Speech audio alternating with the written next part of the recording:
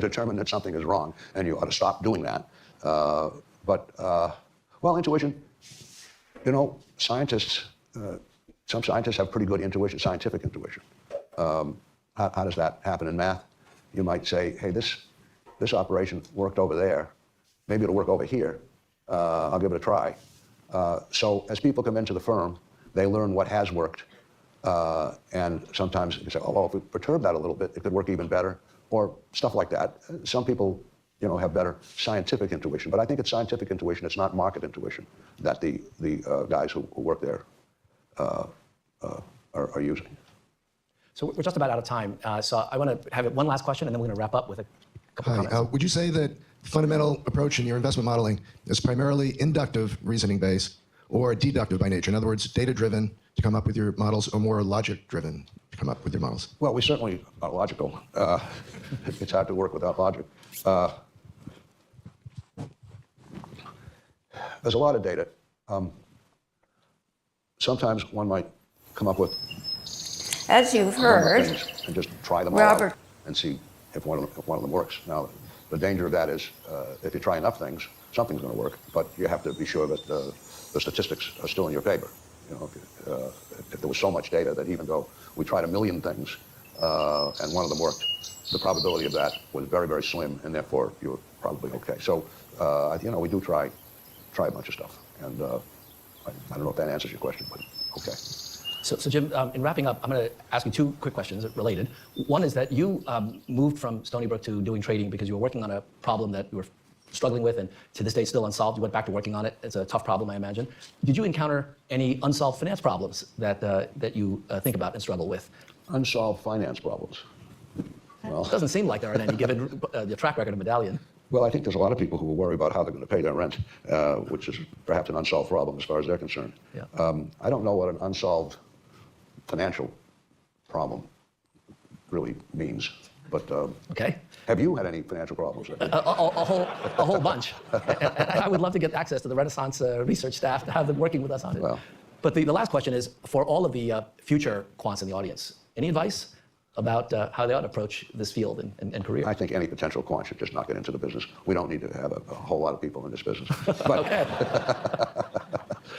Well, on behalf of MIT Finance. Well, what advice could I give you? It's just, you know, work hard, hire good people. And it's not easy to get into the business because you need big databases, a lot of computers and stuff like that to even start up. But, you know, if you have an idea and you can test it out and think it's good, you know, more power to you. That's all I can say. Well, Jim, on behalf of all of us here at MIT, we want to thank you so much for sharing your wisdom with us. And I think that your career in finance is just extraordinary, and it's been an incredible inspiration to many, many people, and will continue to be an inspiration. But what I want to tell everybody is what might be even more inspiring is what you're going to talk about next week, because not only have you made tens of billions of dollars for investors and billions for yourself, but you've also given away a tremendous amount of money for philanthropic purposes. Wow. And we're going to hear about that next Wednesday. So I urge all of you to come back and hear the third and the 3 M's of money, mathematics, money, and making a difference. So thank you very much.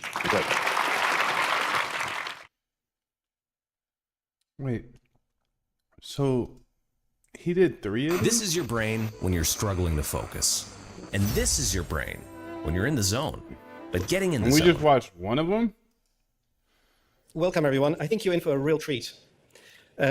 First of all, I'd like to welcome you all to MIT Sloan. We're here today. Watch the money one. The trading one, probably. I wonder what the math one's like. That was awesome. I'm excited to read this now. That's a lot of reading.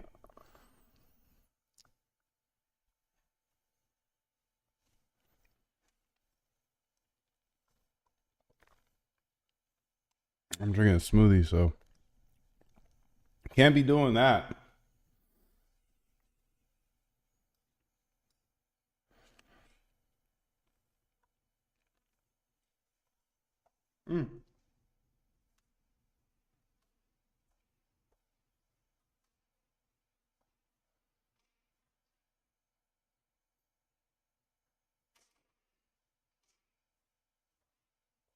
I was super excited though. I think next is going to be this. Womb Dev Gang, Ethan says. What's up, bro? Ask GBT to summarize. I'm gonna do that. I'm gonna do that quick.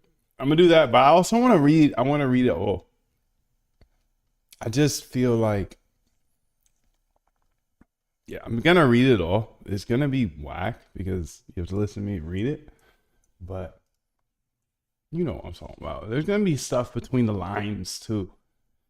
Let's start a new chat. Chat. Let's start a new chat. Summarize this. Give me a very detailed summary of this interview. I'm looking for alpha trading stuff for my alpha. I don't know.